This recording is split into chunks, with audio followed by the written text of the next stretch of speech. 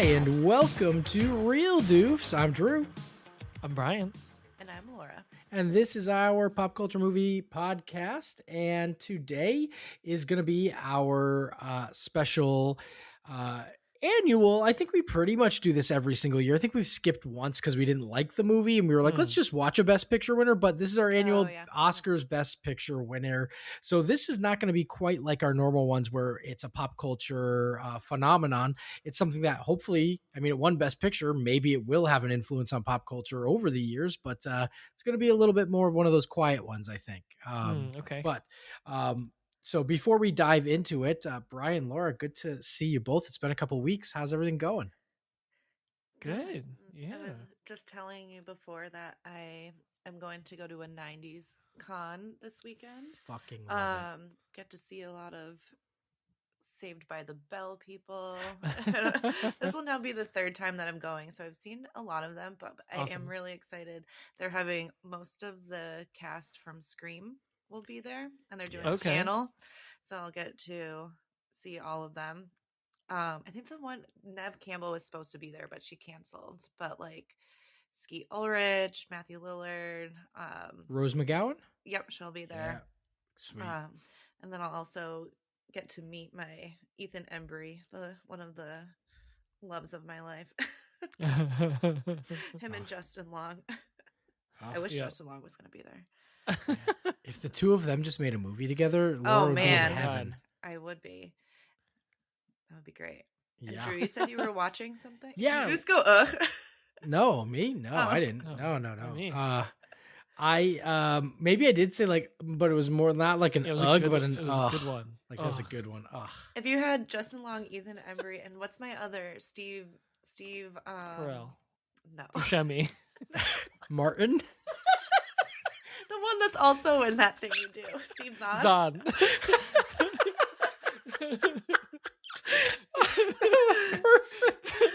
Oh my god. Steve Buscemi.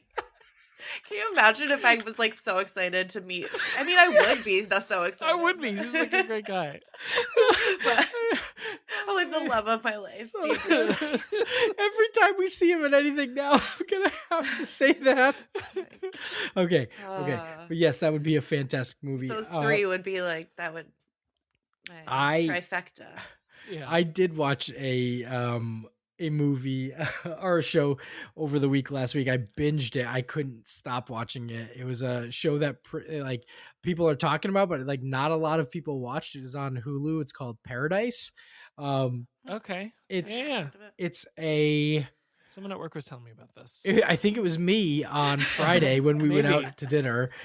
It's literally a political conspiracy theory show that has like this sci-fi element woven into it, and it's literally about this Secret Service agent who's like directly protects the president, and there's a huge thing that happens and he's got to figure it out, but it flashes back to all these different time frames explaining like why this apparently catastrophic event is going to happen or has happened and all the shit behind it. It was wild, but the fucking payoff in the end was like, the fuck is this? It was wild.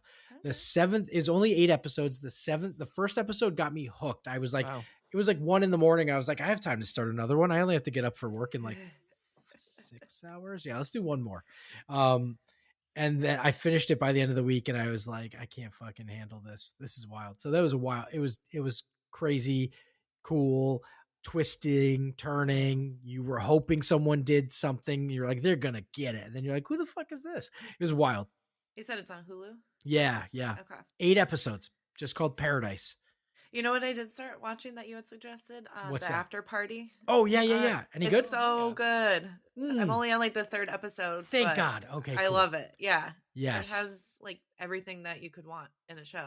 It's like a so murder fun. mystery, but funny. And they did a second season too, and it's also very good. And I'm so sad that Apple was like, yeah, we're gonna cancel it.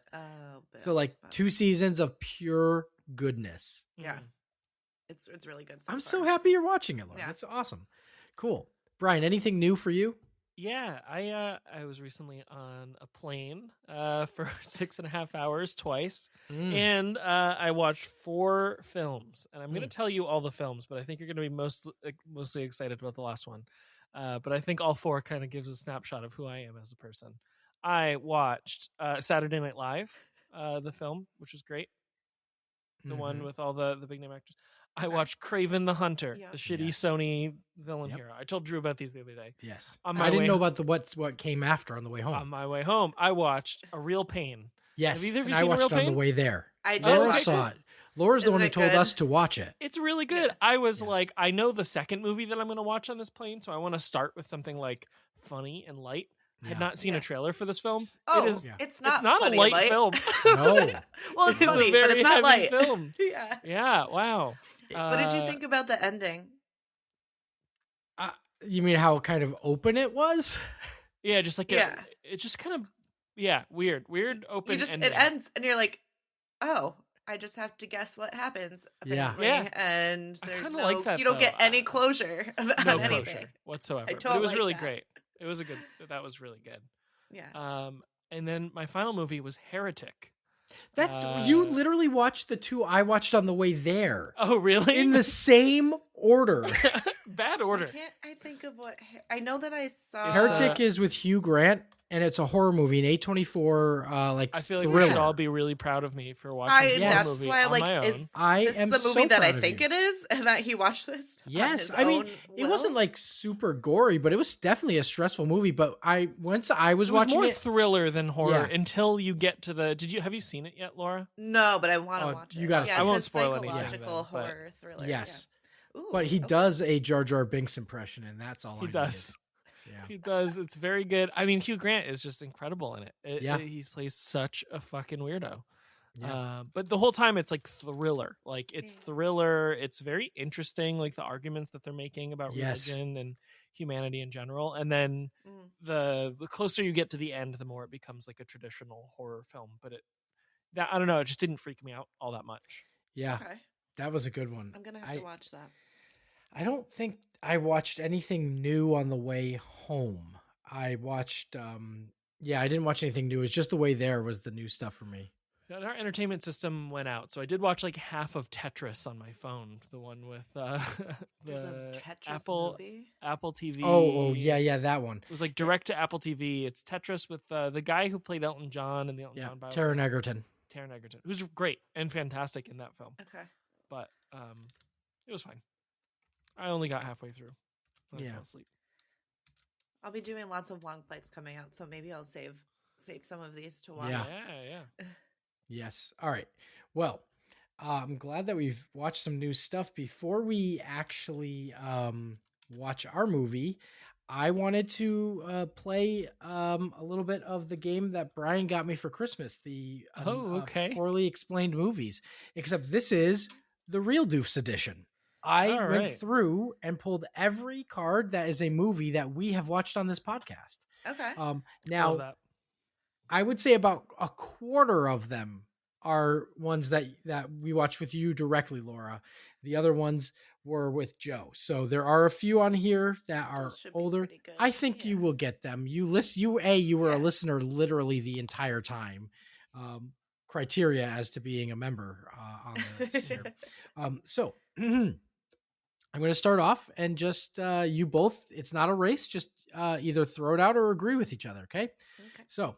A young boy outruns the FBI to make a phone call.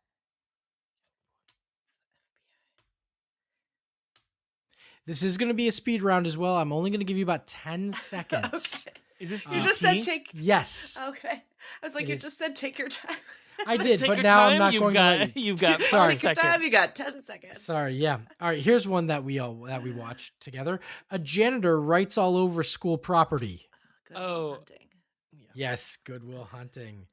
All right. This is another one that the three of us watched recently. An artistic disabled man falls in love with his foster sister. Huh? It's the reason that when we watch Teleparty, we have a specific thing about our names. Oh, Edward Scissorhands. Yes. Yes. All right. Here's one. An adult man reluctantly teaches his trade to his kid neighbor. Ooh. It feels like Star Wars. Natalie Portman is in this film. Oh, Leon the Professional. Yes, Leon the Professional. I guess I was I pretty didn't close listen with to Star that Wars, episode. I know I thought the same thing. It's okay. A music magazine gives a child a writing assignment. The music one. It is a music one. Almost famous. Almost famous. Nice job. All right. A man asks his guest to put on lotion. Silence of the Lambs. Correct. Okay, this was one of my favorites recording. This episode, I think I laughed way more than I should have ever laughed. And so a boy is really good at growing fruit. James and the Giant Peach. Yes, James and the Giant Peach. Such a good app. That was a very good one. Two best friends repeatedly use a payphone. Bill and Ted's Excellent Adventure. Bill and Ted's Excellent. Yes, I've never seen that movie. It's pretty good. It's the 80s. It's classic pop culture, but I mean, maybe pretty good is overdoing it, but like it's worth. It was right. A scientist father misplaced his little kids. Honey, I Shrunk the Kids. Honey, I Shrunk the Kids. Good job. All right, this Little one. Kids. A cute pet stays up too late partying with his friends. Gremlins. Yes. If only it was about Detective Pikachu. I was gonna say Santa coming down the poor chimney. girl's father gets a young man hits things with sticks to win an angry bald man's love. A young man hits things with sticks to win an angry bald man's love. Is this Caddyshack? It is not. Okay. This young man consistently has two sticks in his hands and is getting yelled at all the time. Oh, the drum one. Yes, Yeah. Whiplash. Drum one. Yes. All I can think of sticks like twigs. All right, let's I see. was like, did we watch a baseball movie? All right, let's see here. Okay. A drug addict takes advantage of a disabled man. Whoa, yikes. This is one that Laura hosted, I believe. I think you hosted it. I may have, but Brian had never seen this very classic movie. Can you read it one more time? A drug addict takes advantage of a disabled man. The hint is that they get married. That doesn't help. Brokeback Mountain? No. I know that's not right, but that's the only movie that I can. Oh, they definitely don't get married. Who's disabled in that situation? I'm just curious. That's why I was like, I know this isn't right. I will give you a hint. She wants to fly far, far away. She wants to be made a bird and fly far, far away. Oh, The Notebook. Wait. Dear God, make me a bird. Yeah, I can fly far, far away. But Is right? it The Notebook? Oh, Forrest Gump. There you go. I was thinking of when she's in the water in the Notebook saying like, if I'm a bird, you're a bird. Yes. All right, this one is specifically for Brian, and we have not watched it, but I couldn't not pull this card. Okay. Two people miss their train in order to take a walk. This is before sunrise. Yeah. Or sunset or midnight or whatever. All of them, essentially. Yeah. Okay. All right, here we go. I'm going to do two more, and then we're done, okay? Three more, actually, because one, it goes into the movie today. Three families all unknowingly share a house.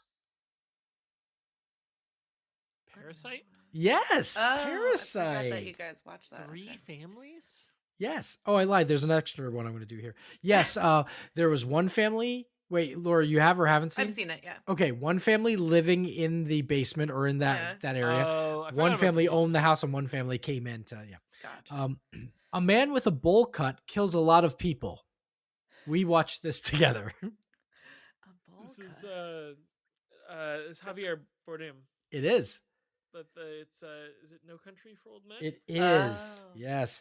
All right, say The Crow. I was like, he doesn't have a bowl cut though. Oh man, fair. What a rad movie if he had. That would have been amazing, right? Just a bob. Yes. That's actually a banker obsesses over paper stock. That is the American Psycho one. Okay. All right. So here we go. The last two ones here that we're going to do. This one, I'm not even going to give a hint. Extensive hair care knowledge saves the day. Legally Blonde. Yes. Oh, Legally Blonde. Job.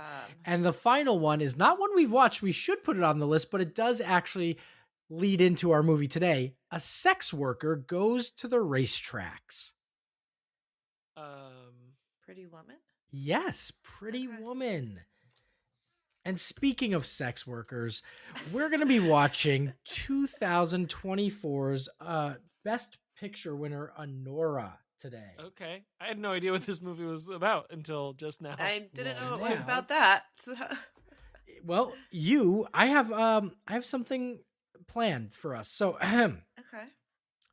2024's Best Picture winner, directed by Sean Baker. Sean Baker's made a few other very independent films that have been darkly comical. This movie is marked as a dark comedy, a raunchy comedy, a romantic comedy, and a steamy romance. Wow. I may have to make sure that the door is locked because I don't want anyone walking in. This was actually on the flight, and I was like, no one would be watching this movie because I'm pretty sure it is heavily steamy. And I watched someone watching it right by the bathroom, so everyone had to walk by this person. Oh my I was gosh. like, I felt weird about Heretic. The person next to me, like during some of the end scenes, I was like, ugh. There's certain movies that you just it's polite not to watch on a plane. Correct. Yeah. Pretty much. All right. So, right off the bat, I'm just going to say, when/where do you think this movie is going to take place? I know you know nothing about it. Just do we think it's present day or not? Let's start off there. Present day. I do think it's present day. Perfect. Okay. As well. Okay. Whereabouts does this present day movie that all you know about is that it's about a sex worker take place? France. Yeah, France. I don't think it's in the U.S. Okay. Or if there is, there's also another. There could be two locations involved. Sure, but sure. I don't. Yeah, maybe. I will tell you that there is. I don't know if we go to this other location, but it definitely involves a non-American family at some point. Okay. I like Brian's guess of France. France? We're going with France? Okay. Or Spain. Or Spain. Ooh, I like that too. Spain. All right. Now. All right. The movie title is Anora. It involves a sex worker. What is this movie about? The American Dream, obviously. I kind of agree with that, actually. Because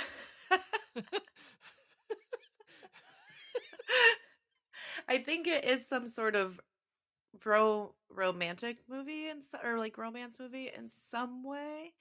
So I think that maybe it is like a Pretty Woman situation where she meets.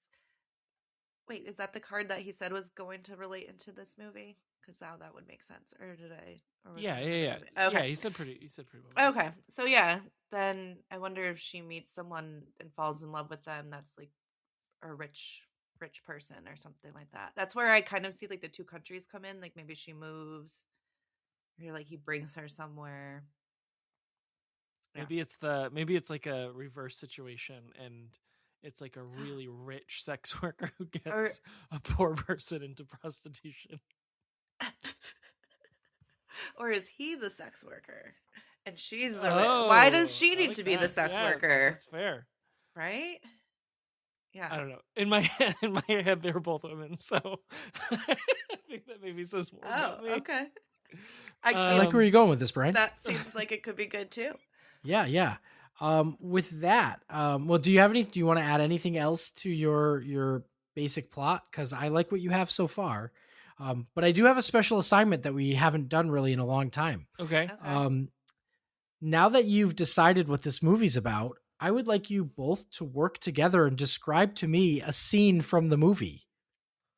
Also, give me a few lines of dialogue that you expect to hear in this scene. Jesus. Okay. Well, you said it's steamy, so I'm trying to. Mine will be how they meet. I'm trying to think if it's going to be like a private one-on-one thing, or if they meet in like a strip club or something like that, like a bathhouse. Yeah, like is it just? I'm gonna go with this guy goes to get a massage, and there's a surprise happy ending at the end. And okay, but then he they thought go, it was a totally legit establishment. Yeah, he was like, I've been really stressed out traveling for work. I'm in this other country. I'm gonna go get a massage. One thing leads to another. He's like not really for it, but he's like, you know what? I'll go with the flow. But then they go their separate ways.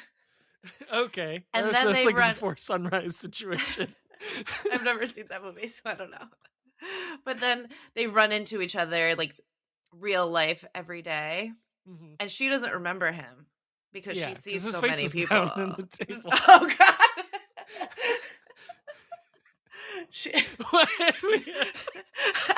That's not where I was going with it, but okay. For one of two reasons. Either she wasn't even looking at his face, or she just sees so many people all the time that he thought like he was special, but she's like, oh, you're just every other guy that comes through here. So he kind of tries to like flirt with her, and she's like, ugh, I don't want anything to do with this. But then somehow they end up falling in love. And he has to explain to everyone that how they met. All right. That was a lot. I don't know where that all came from. No. Normally I don't have a lot of like made up plot theories, but there we go. I can't wait to read this back to you. All right. So a couple non-movie related questions, but about this actual, like the character. So the lead actress, her name is Mikey Madsen. She won the Oscar for Best Actress for this film. Her first time nominated, one of her first, like she's been in several roles, but this is her first big role that she's got. So the funny thing, and I may have told Laura this already, I'm not sure, but by her winning Best Actress in this film, this now makes her the only actor from what horror franchise to win an Oscar? She was in one movie of recently in a long-standing horror franchise. No one has ever won an Oscar within this franchise. She is the first. So I think you did tell me. I may have. I'll let Brian guess first if you want to take a guess, because I think I remember, or I'm just gonna guess. It is something that we have within our horror movies. We have watched something within this franchise. The only two that are long-standing that I can think of are Scream and Halloween. I'm pretty sure it's. What about The Exorcist? The Exorcist, but it's not like a. There's just two of them, right? There's not like a whole bunch of them. There's like 4 or 5 Exorcist movies. Oh, really? Yeah. It's Scream, right? It is Scream. Yeah. So, Brian, she was in the one before the one we watched. Okay. She was in the 2022 Scream movie. She was the killer, right? She was like her and her brother or something? Was one of the killers. Yeah. Yes. And it was her performance in that Sean Baker was like, she could be my star. Okay. Yeah. What did this movie controversially not use in the making of the movie that has been created specifically for safety reasons in the movie industry? So let me say that again, because that's a mouthful. I know. You already know? Mm-hmm. Brian, I'll say it again. What did this movie controversially not use in the making of the film that was specifically created for the movie industry to keep people safe? Oh. Anything that I'm thinking of like does not feel like it would be. I was like, oh, like a harness or something. I'll give you this. It's a position. It's not. It's a person's job. What can I say? Oh, is it a physical intimacy coordinator? Yeah. Yes, Laura, I knew you had it. It's You on were the like edge of my agency. Yeah, you're right. Yes. All because of the Blake Lively, Justin, what's his yes. name shit that's going on. Yeah. It's a big thing. Yeah, an intimacy coordinator is usually used for any of those really intimate situations, and they're really, I mean, it's for everybody, but yeah, why historically women need this more than men because men take advantage in situations a lot more. Again, I'm not saying it's only women that need this, but it's just that's why it was created, because of situations that have happened in the past. Mikey Madsen said that she was so in the character, almost in a like method acting way, that she didn't want to stop or be kind of coached into the really intimate scenes. She literally just talked with her co-star and was like this. And Sean Baker, the director, and his producing partner is his wife. Whenever they specifically wanted her and the actors to do something, they actually, the husband and wife would show clothed, but would show them what they were looking to see. And it wasn't like they didn't ever touch anybody. It was, so apparently it sounded like it was a very closed and easygoing set, but yeah, very interesting. Wow. I feel like that would just be some sort of legal requirement that you would have to have at this point. Yeah. Yeah, but I guess if everyone agrees to not have that, then if you turn it down, I guess that's fine. Yeah. So Anora was nominated for 6 Oscars. How many do you think it won? You know it won 1. You know it won 2, actually. I was like, yes, you know it 2. Won 2. Did it win any more? I'm going to say 4 for some reason. 4, I like don't that. Know for what? That's okay. I feel like 3. You feel like 3. Okay, great. So let me just write that down here. 4 and 3. Good. Cool. That's all I got for you.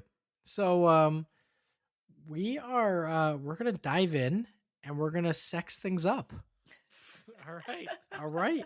Are you ready? I don't know. It's going to get real steamy in here. It's going to get good real. That we're not doing this one in person. I was going to say be a little awkward. It's like I'm already like I'm going to probably turn the lights off and like try and like not like you're just going to see like that's worse. This I'm going to say this is going to yeah, that's worse. This will probably be the I don't know how honestly, I don't know how graphic this movie is, so we'll see. Hopefully it's not crazy, but there are some cool facts after the movie that I'm going to tell you also. So let's see who cries first. Yes, see who cries first. I can't believe they got Emeril Lagasse for this. Mm-hmm. Wait, did they say like where they are yet? Did I miss that? No. Okay. Because it's looking like the U.S. Weird enough, it's 1600s. I meant like the location at the time. I don't think I've ever seen vaping in a movie. It's weird to see vaping. Very 2024. Yeah. Oh, I'm 40 this year. Oh no. So much vaping. It's a lot of vaping. Wow. And that's definitely weed. So like, that's a lot of. Because you can tell there's. How do you know that? Because you could the thing that it's in. It's like the oil. You know that I don't smoke. A lot of my friends smoke, though. You're looking at me, waiting for me to say like I have one. No. We just hear. Yeah. If I did, I'd be always doing it probably through these whole things all the time. No, you can like tell that it's weed man because the way it smells in here. Yeah.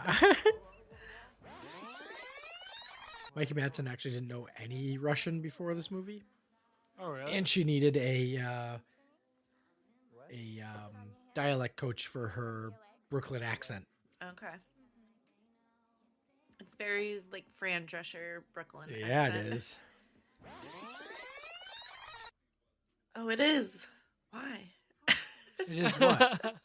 I was like, this can't be the guy she falls in love with. And then she just did a little look. I'm like, damn it, it is. This guy's like a toddler.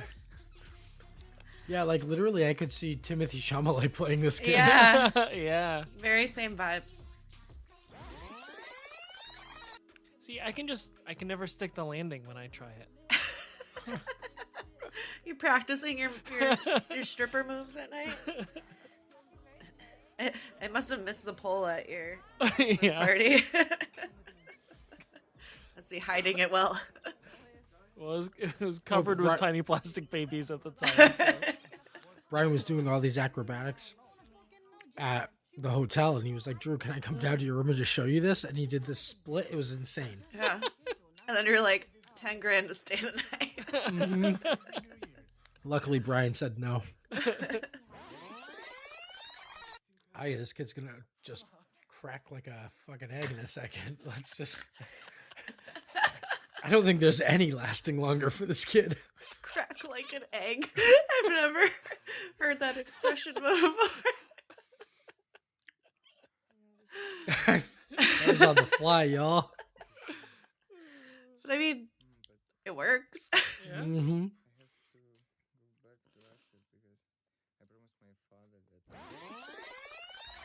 I don't think he's ever going to get better at sex.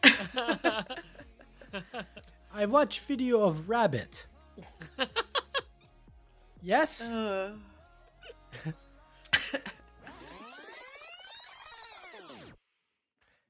And that was Anora. What'd you guys think?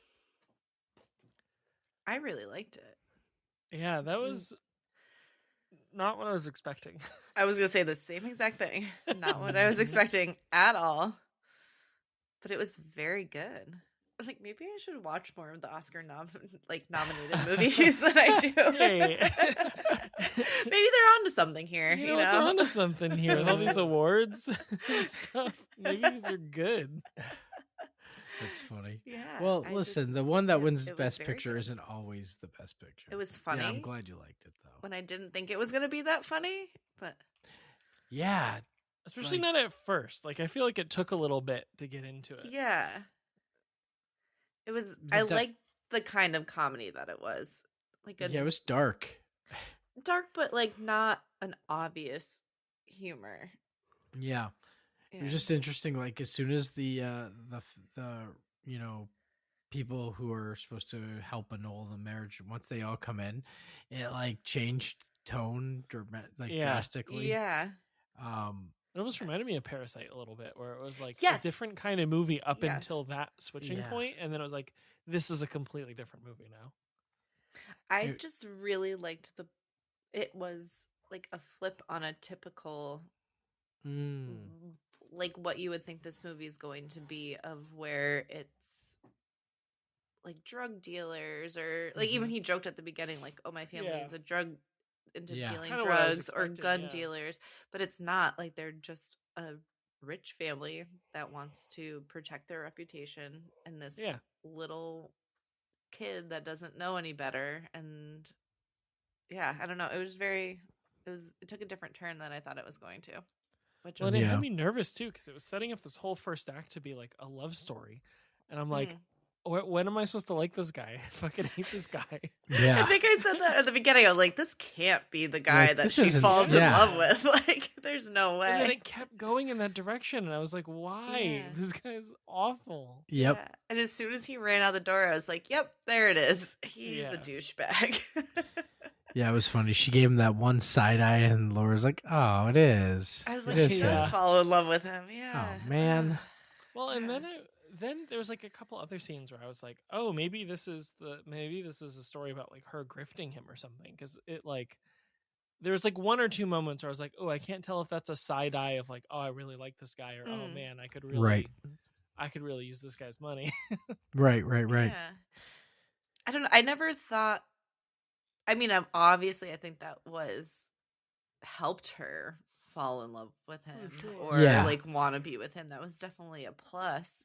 But I mean, she definitely bragged about it when she went back to like, the club the next day or something. And right. Yeah. Not like a love way, but like they were like, "Oh, you hit the jackpot!" Like, right, exactly. Yeah, it's nothing. She's been in like this kind of relationship before, and you can obviously, she's getting pretty things, and But I think she's young. Like, I think she did have feelings for him, and thought that. I mean, the way that she was talking about like, oh, he's my husband, and like, Yeah. I'm not going anywhere. I don't think it was just because of the money. Like, I Right. think that I mean, she she's really young. thought that, that he And, loved like, her too. Yeah, Right. for sure. Well, let me read through some of your guesses about the movie. Oh boy. So we said when and where does it take place? We said present day, France or Spain. Nope. So present day, correct, but New York. Yeah. Well, I did say I thought there was some U.S. parts in there, but I didn't think it was going to be the whole thing. I definitely thought they were going to be in another country at some point. Right. So we said, what's this movie about? And now here's the IMDb description, the short version. It's about a young escort from Brooklyn who meets and impulsively marries the son of a Russian oligarch. Once the news reaches Russia, her fairy tale is threatened as his parents set out for New York to get the marriage annulled. Now, what you both said was this was mostly my guess, I think, but I think it started with Brian and then it really Laura took over, or maybe it's both of you, but this is what it says. It's about the American dream. I think it's some sort of bro or pro romance movie in some way. Maybe it's like a Pretty Woman situation where she meets. Wait, is that what the card said? That it's going to relate to this movie? Yeah. He said Pretty Woman. So yeah, I wonder if she meets someone and falls in love with them, and they're rich or something like that, and maybe she moves. Maybe she or he brings her somewhere, and maybe it's like a situation, and it's like a really rich, there's a lot of really rich sex, or maybe he's a rich sex worker, and then they're a poor person or a prostitute, I don't know, and is he the sex worker and she's the rich one? Why does she have to be the sex worker, right? And that's where I stopped recording that. And then I said, work together and describe a scene from the movie and give me some dialogue if you can. And this is what it started off with. Were you like, yes, I was literally transposing I was text to speech. I went on mute and I would just repeat everything you both were saying. Okay. Yes, but then the text to speech might not be completely accurate, so you get a mishmash of everything. Okay. So here's what we said about the scene. It's going to be a steamy scene. It's at the strip club or a bathhouse, Brian said. This guy goes to get a special massage, and there's a surprise happy ending. And he thought it was like a legit establishment, and he's like, I'm so stressed out. I'm going to get a massage. And one thing leads to another, and he's not really for it, but he's like, I'll go with the flow. And then they have to go their separate ways, but then they run into each other again in real life. And she doesn't really remember him because, and then I added some of my own context here because she sees so many people and so many hand jobs. And apparently from what Brian is saying, he thought that it was special, but she's like, you're just another dick in the crowd of swimming dicks that I have to wade through. That's where you did your own interpretation right there. Yeah, I think so. But spot on to what I was saying. It was my favorite one. Sorry, I was so proud of myself too. So anyway, you're just another dick in the crowd of swimming dicks that I have to wade through. And so he still tries to flirt with her. She doesn't really want it, and they end up falling in love, and he has to explain to everyone how they met. Oh, that was great. Wow. I mean, That was pretty close. It was more or less like not close, she had to explain. Yeah. He wanted to explain nothing. Yeah. Lead actress Mikey Madsen won the Oscar for Best Actress for this. What do you think of that? Her performance was pretty good. Yeah, she was I thought she was really good. There were times I was like, oh man, she's going to get they're going to go after her. Like she was right in their faces and stuff. Yeah. But I said, she won the Oscar, making this the only person in a horror franchise who's ever won an Oscar, and it was right. Scream was the movie. I want to go back and watch that now. Yeah. She was also the big movie. So Sean Baker saw her in a movie prior to Scream that I believe Brian has seen, and maybe Laura, I've seen it. I thought it was fine. I'd like to give it another rewatch because Once Upon a Time in Hollywood. Quentin Tarantino's Once Upon a Time in Hollywood. I have not watched that. No. That movie has a fuck ton of young talent. Austin Butler's it was in it before he played Elvis.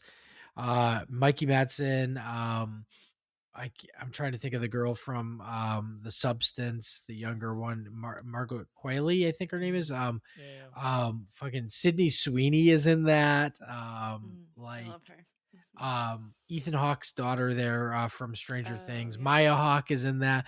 So many random young people. Cast it is, yeah. And that group particularly did really well in the last couple years. If the Oscars, Quentin Tarantino gave out the Best Director award, and Sean Baker was like, he's like, if you didn't cast Mikey Madsen in Once Upon a Time, this movie might not have happened.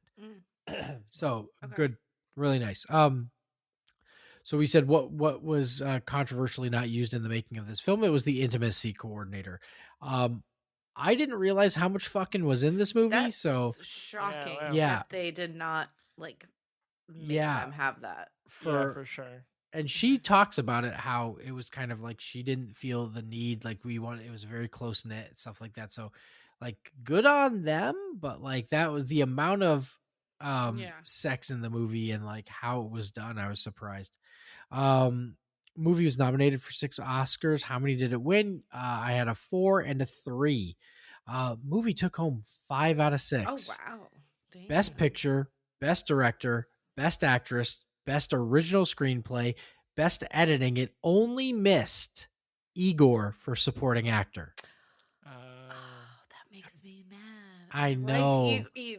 Igor was one of my favorites. Igor did good, but Kieran Culkin for Real Pain. Okay. I'll allow that. I'll allow that. All right. Well, so Sean Baker, I said that movie won 5 out of 6 nominations. Sean Baker, the director, took home 4 Oscars that night. Wow. So he edited the film, he directed it, he wrote it, and he won an award for producer for Best Picture. The producers take home the picture award. Only one other human being has won 4 Oscars in one single night. Who was it? Just take a random guess. Spielberg. That's a really nice guess. Oh, you know I'm bad at this shit. Okay. I That's okay. You can defer if you want. I defer. Okay. I'm so bad at this. That's fair. Walt Disney was the only other person who won. He won 4 out of 5. Also, same thing. He was nominated in 5 spots. So Sean, he won 4 out of the 5 he was nominated for. Oh, wow. In 1954. This is it. The crazy thing though. It was the awards were different back then. Best short cartoon. Okay. So a Disney short cartoon. Best short 2-reel, which is basically like a short film. So then best documentary short subject and best documentary feature. The only thing he lost was the other Disney movie that was nominated for short cartoon. There were 2 short cartoons. He won one of the 2. Wow.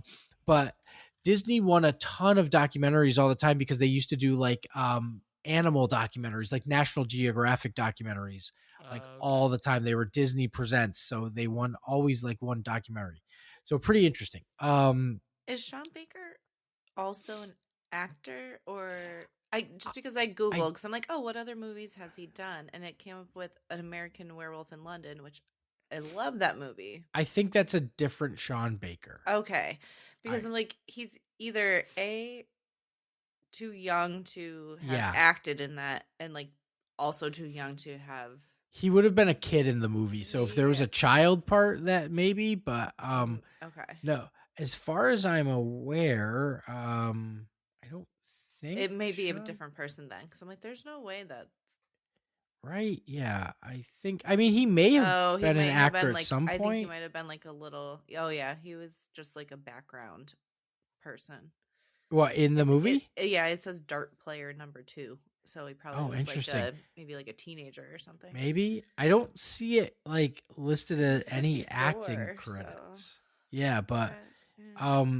yeah. I mean, I didn't realize he did Tangerine. That's interesting. There's a lot that he Snowbird. Okay. Yeah, Tangerine was a movie about sex workers also, but like it was shot entirely on an iPhone. It was one of the first movies wow. just fully shot on iPhone. But Yeah. I have seen The Florida Project, which is about like it's literally about these people who live in like an apartment building right near Disney, but it's like you see the poverty right Oh, outside yeah. of Disney. I It bet follows it's this little interesting. girl, and Yeah. I think Willem Dafoe is like the like the up that owns the building, or he's like the caretaker. Yeah, I'm glad. So anyway, let me jump back into some of the facts here. So Mikey Madsen and Lindsay Normington, who played Diamond, both acquired injuries during the fight scene. And then Mikey Madsen said that Lindsay busted her knee. I broke a nail off. I twisted my ankle. It was gnarly. She needed to have her nail glued on daily to continue filming. That's the bruise that I saw was her knee. It looked really, really black and blue, and I was like, "Damn, she must have like really hurt herself." So, how much money do you think it cost to make the movie? What do you think the budget was? I'll tell you this: the movie has globally kind of made around like $54 million, which is definitely more than the budget. I feel like it wasn't that much. It really wasn't, but from a movie, obviously most movies have to cost like several $1 million. What's a normal amount? Because I am also so bad at this. So a non-independent mid-range budget, like a mid-budget film, is probably around $30 to $60 million. I was gonna say 54 was my number in my head. Okay. And so this is more an independent film, so it would be on the lower budget area. Okay, so that was too much. I would say your 54 is a bit high. Okay, I was gonna say 25. 25 million. Okay, I'll go 34 then. 34. Okay, so it only cost $6 million to make the movie. Oh wow. They shot it in 37 days. I should have known when you said that. That should have been included. Yeah, really short shoot, not really high big named actors or actresses in the film.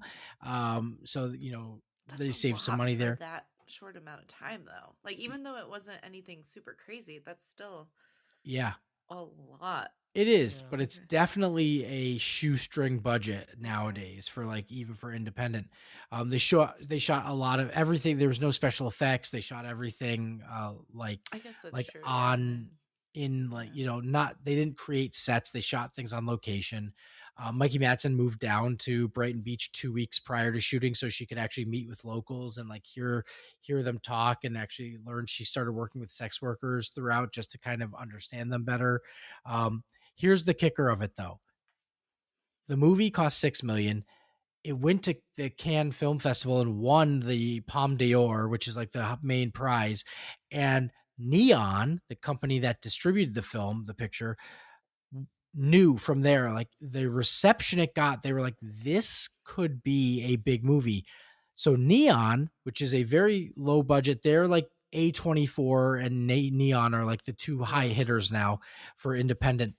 Neon spent $18 million on the Oscar campaign.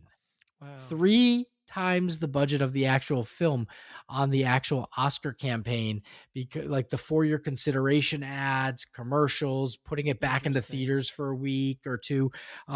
But one of the coolest things they did, they actually made special Oscar screening Blu-ray copies of the films and DVDs to send out, which is unusual now. Since COVID, they've pretty much stopped sending physical copies out. They send only links to digital screeners to watch or digital codes.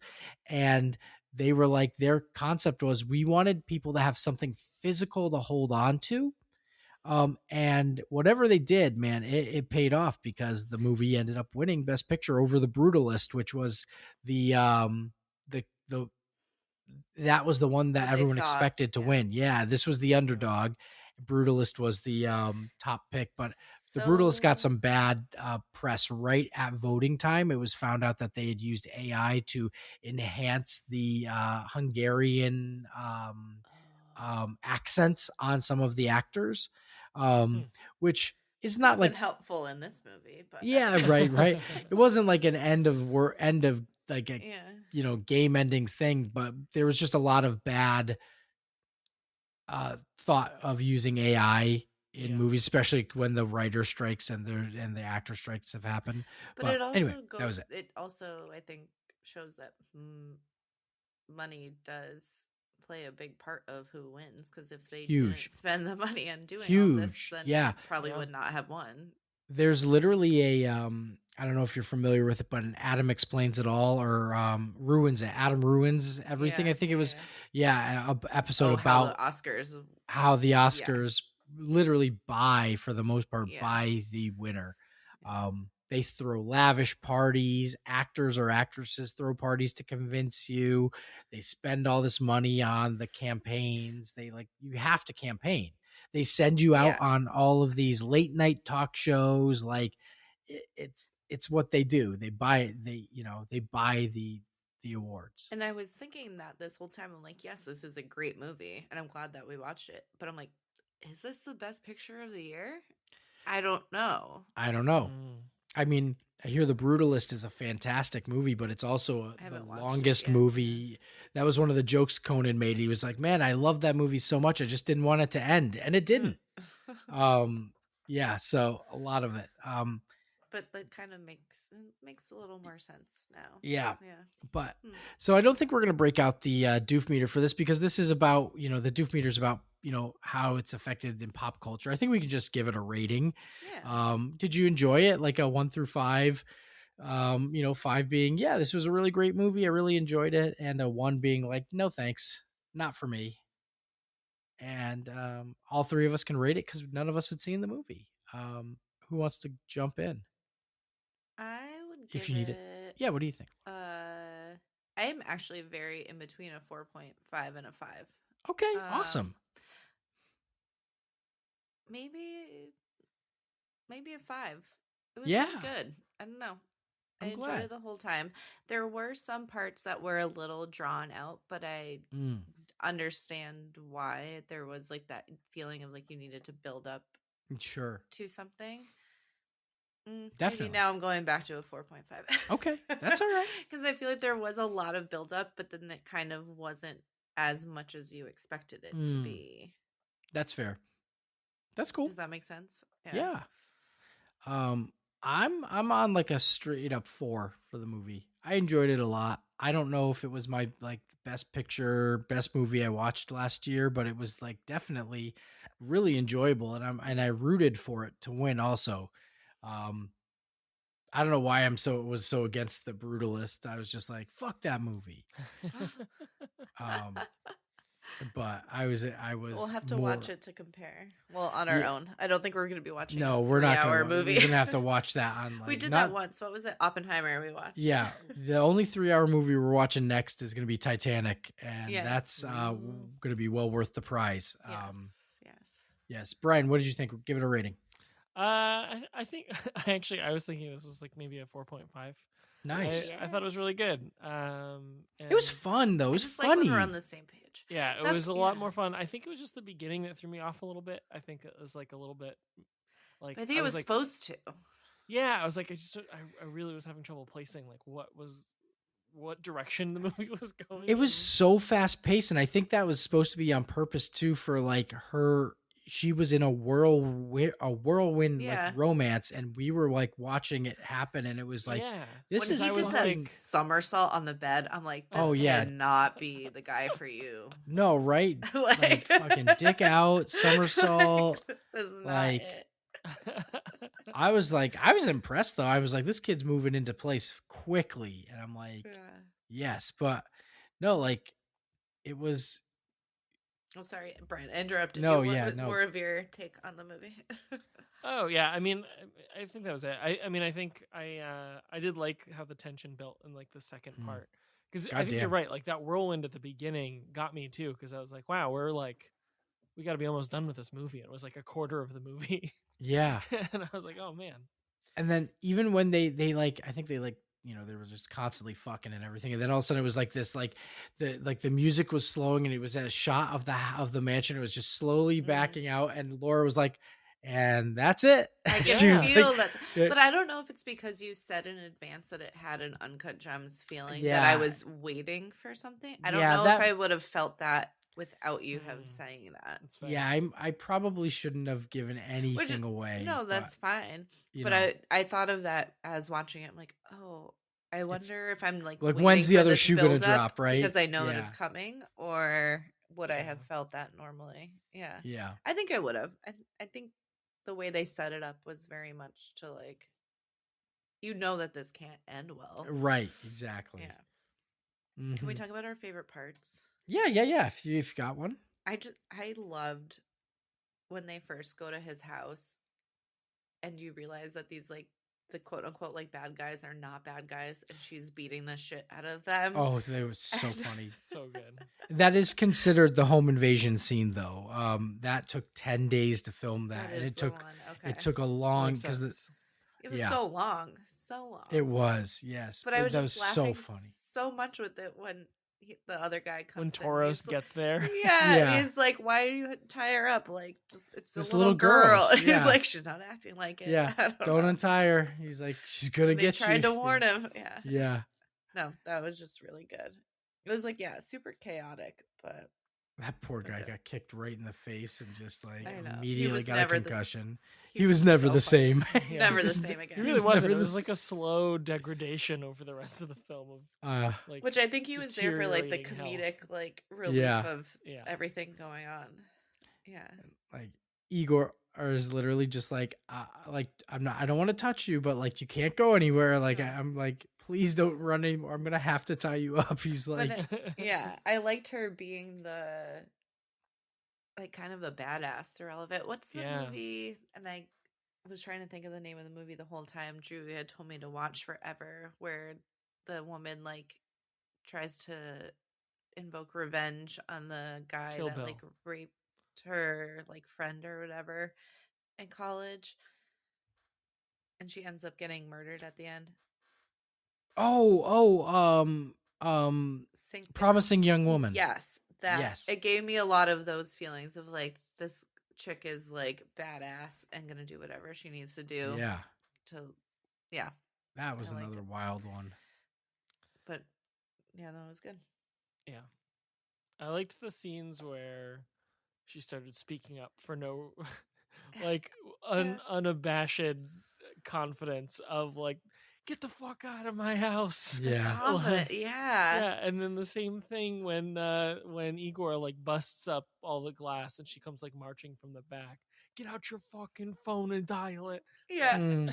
So much like confidence in those moments to be like, I'm in charge here. I'm running the show. And that's what I knew one of them was gonna end up being like really liking her, because she was acting like that. And when she was like, give me what you gave him, like the pill. Yes. And he's like, I'm not a drug dealer. She's like, I don't care, give it to me. He's like, what the fuck? Wild. I think again that scene where they come in, like Laura, like you said, that scene was just like, what the fuck is happening? The only thing that made me mad, I got really excited when she's like, I'm gonna sue you, and I didn't sign a prenup, and I was like, yes, like do it. And I really thought that was gonna go somewhere, and then it didn't. And I was like, oh, I wanted that to like go more. When she starts screaming in the house, and Igor's like, please stop screaming. Yeah. Please stop screaming. He's like screaming at her. That was the scene they showed for him for the Oscar, for his nomination. Like, please stop screaming. It was so good. Please stop screaming. Yeah, I can't think of another movie where like the quote unquote bad guys are actually good guys. Yeah. I mean, not that they're good, but yeah. And they're like, they have a heart. They're softies, like deep down. Yeah, they're not like villains. Like Yeah. they're not the good Yeah, guys. because so but many they're times not you would have evil. you expect her like where she's saying something, you would expect like they slap her in the face or something like that. And they're it was just like no. the quintessential like you want a bad boy that has like a soft heart. Like that's who those men were. That's Igor right there. Beautiful. But when he was like, break everything in here, and he takes the bat and starts hitting the candy, but I was almost like, I like that. I kind of like that. Mm-hmm. Love it. Awesome. Well, that's good shit. Well, that was Anora, and I think we're gonna do really quick before we sign off. Though I think Laura's gonna give Brian and I a shot at what movie is she thinking of? And I apologize, Brian, because I am not sure if this is one you have seen. Okay, that's fine. But I really want to start with one actor because we have joked about him a lot on this, but I think if I start him too soon, it might give it away. So we'll just go from the bottom like we normally do. So we are going to start with Anne Cusack. Anne Cusack? Mm-hmm. Annie Cusack? Oh, just Anne. Anne. Like ANN, not like Who is Anne Cusack? I don't know who Anne. Well, don't Google because you're gonna see movies. All I know is John and Joan. I don't know if she is actually siblings. Susie, Joan, Bill, and John. Holy shit. Okay. I listen, I have no idea who Anne Cusack is, so I can't and maybe if I look her up after and I see her face, then I'll be like, holy shit, that's Anne Cusack? 100% know the face. I'm wondering if I can copy and paste. No, don't even worry. Just go to the next one. I'm ready. Then we have Christine Baranowski. She was did you ever watch the TV show Sybil? It was her best friend. Yep. She's got like black hair and really blue eyes, I think, right? Is that maybe? I don't know. Maybe. Okay. On The Big Bang Theory, she was what's his name's mom. Yeah. No, I'm thinking of somebody else. Got it. Yeah, I know who you're talking about. Yep. Okay. Then we were going to go with Clarissa Flockhart. Oh shit, Clarissa Flockhart. You know her, right? So yeah. This isn't Now and Then. No. Oh wait. I'm like, I'm almost offended by that. Sorry. Those are none of the same people. I know. You were thinking of The Birdcage. Oh, you got it. You got it before I even got to the main people. Good job. I know. Who the fuck is Anne Cusack? Google. You will definitely know her face. I can't even think of it in The Birdcage. I don't know who she is in The Birdcage, but Brian, The Birdcage has like Robin Williams. The one that I wanted to say right away was Hank Azaria because we always joke about him being in like every movie, but he's not in every movie. And then Nathan Lane. A-N-N-E. The Birdcage is a great movie, and Brian, should be on our list. If it should absolutely be on our list. It's a fantastic movie. For some reason, I thought you were talking about Bird Box for a second. I don't think these people are in Bird Box. Anne Cusack. Okay, wow. What a cast. It's Anne, not Annie, right? Anne Cusack? I mean, maybe she goes by Annie, but no, everything I'm seeing is Anne. All right. She was in A League of Their Own. Or at least that's what this says. I don't know if I trust that, though. Multiplicity. I feel like if you see... Are you looking at a picture? I'm trying to find her. I can't find her anyway. Birdcage. There we go. Nathan Lane. All right, let's see. Because honestly, Diane Wiest, I get that. I can't remember her in any movies, but her face, I recognize her face. All right, here we go.